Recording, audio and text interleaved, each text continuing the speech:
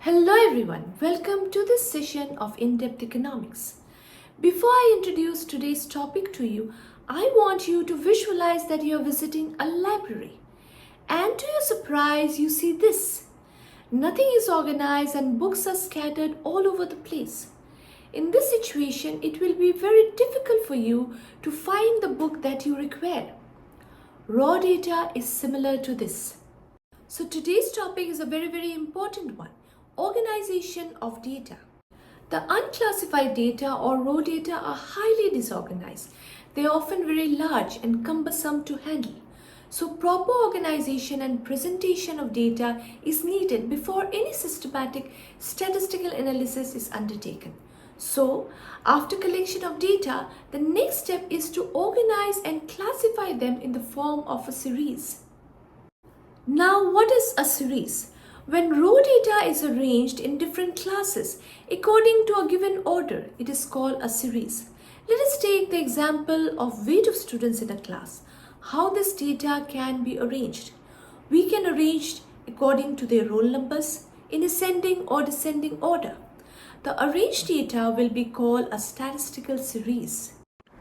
Classification of data. Let us go back to the example of visit to the library. To organize the books, you can classify them in various ways. Classification can be done subject-wise, like mathematics, science, economics, etc.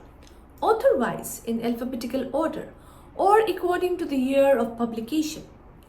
Likewise, raw data can be classified in various ways depending on the purpose. Now let us look at the benefits of classifying data. It simplifies and condenses large data sets. It provides systematic arrangement of data.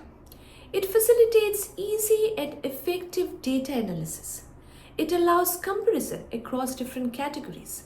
And it also helps to identify trends and patterns over time. Now we will learn about the different ways in which data can be organized or classified.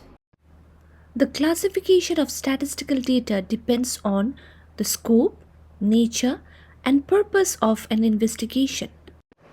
There are four bases of classification: geographical location, chronology, qualitative characteristics, and quantitative characteristics. The classification of data with respect to different time periods is known as chronological or temporal classification. In such a classification, data is classified either in ascending or in descending order with reference to time, such as years, quarters, months, weeks, etc.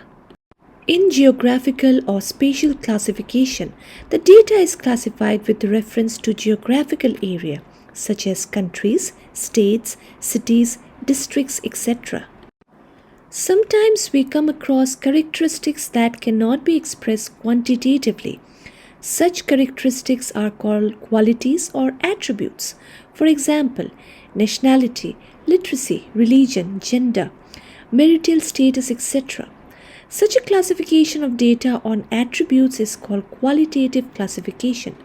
When classification is based on only one attribute and the given data is classified into two classes, it is known as simple classification. Let us understand with an example. When the population is divided into male and female or literate and illiterate, it will be a simple classification. On the other hand, when classification is based on more than one attribute and the given data is classified into different classes and then subdivided into more subclasses, it is known as manifold classification. Let us again take the example of population. Population can be first divided into literate and illiterate. Literates can be subdivided into male and female. Male can be further subdivided into married and unmarried. Such a classification is known as manifold classification. Now let us look at qualitative classification. Characteristics like height, weight, age, income, marks of students, etc. are qualitative in nature.